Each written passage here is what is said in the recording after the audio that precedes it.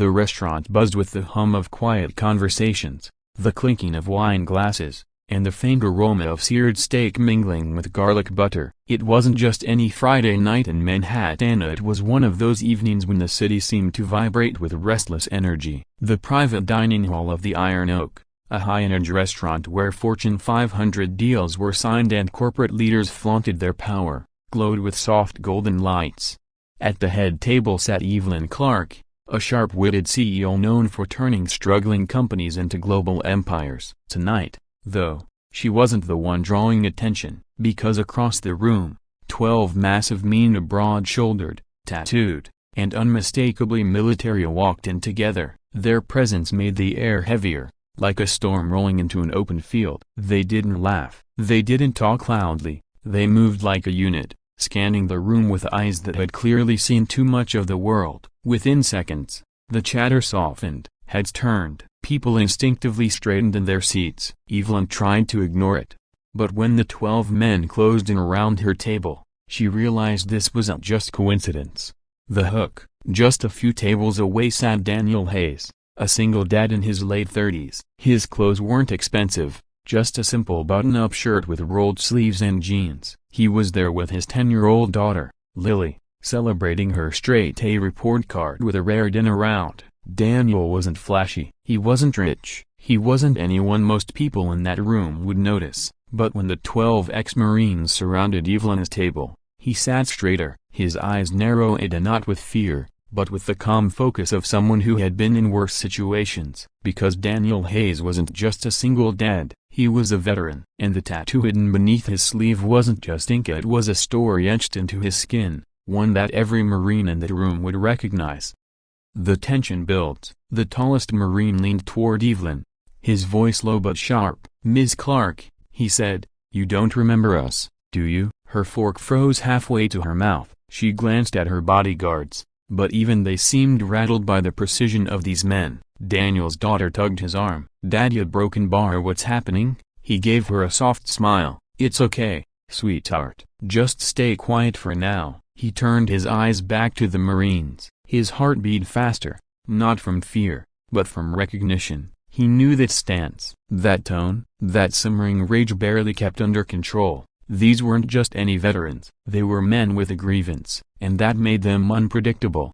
The unexpected connection, the Marine continued, his voice rising just enough for nearby tables to hear. "You built your empire on defense contracts. While we bled overseas, you cashed the checks. You cut costs that left us with faulty gear. Men died, Miss Clark. Brothers we buried." Gasps rippled through the restaurant. Evelyn's confident Section 8 cracked, her lips trembled as she tried to speak. Daniel closed his eyes for a moment. The words hit him like a sledgehammer. He had lost friends, two of friends who never made it home. But then something unexpected happened. One of the Marines, shorter and stockier, stepped closer. His eyes locked on Daniel's sleeve, more specifically, on the faint outline of the tattoo peeking just beneath the fabric. "Wait," the Marine muttered. "That ain't a broken bar, no way." The others turned to look. Daniel sighed and slowly rolled his sleeve up to his elbow. There it was, a black and gray tattoo of a fallen soldier's rifle,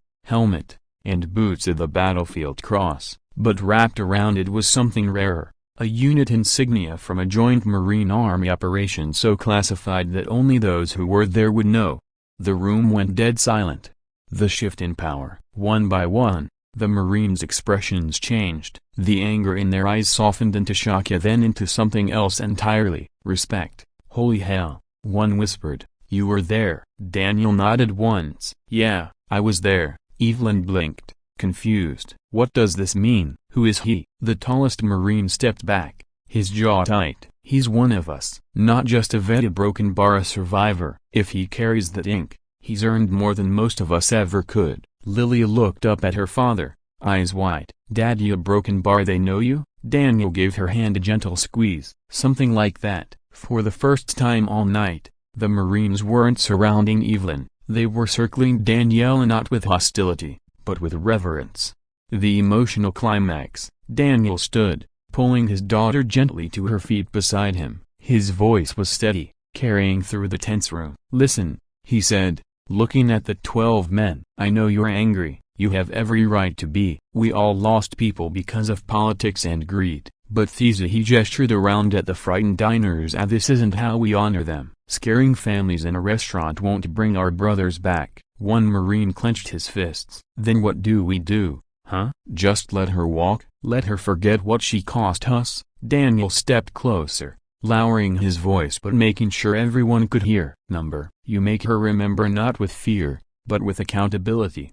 You remind her that behind every number on her balance sheet was a face, a name, a family. You demand change in the daylight, not shadows. Because if we lose our humanity, then we're no better than the system that used us. The words hung heavy in the air. The Marines' faces shifted, anger giving way to grief, grief giving way to thought. And then, something no one expected happened. The tallest Maronia, the one who had spoken first, extended his hand, not to Evelyn, to Daniel. Semper Fi, brother, he said softly. Daniel shook his hand firmly. Always faithful.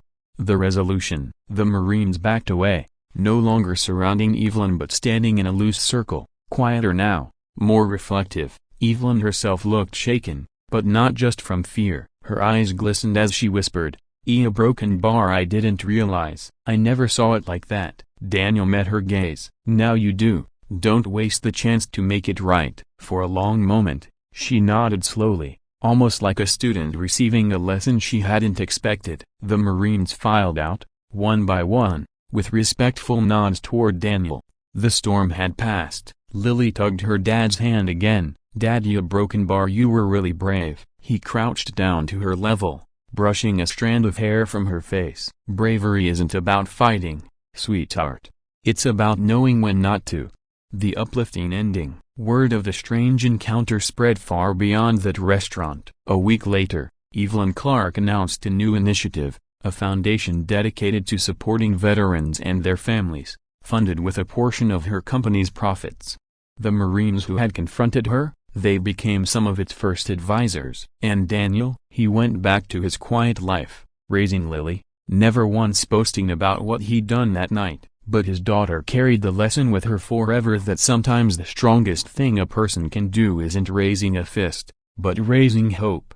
Because at the end of the day, kindness isn't weakness. It's the kind of strength that can change a room, a broken bar, change a company, a broken bar, and maybe even change the world.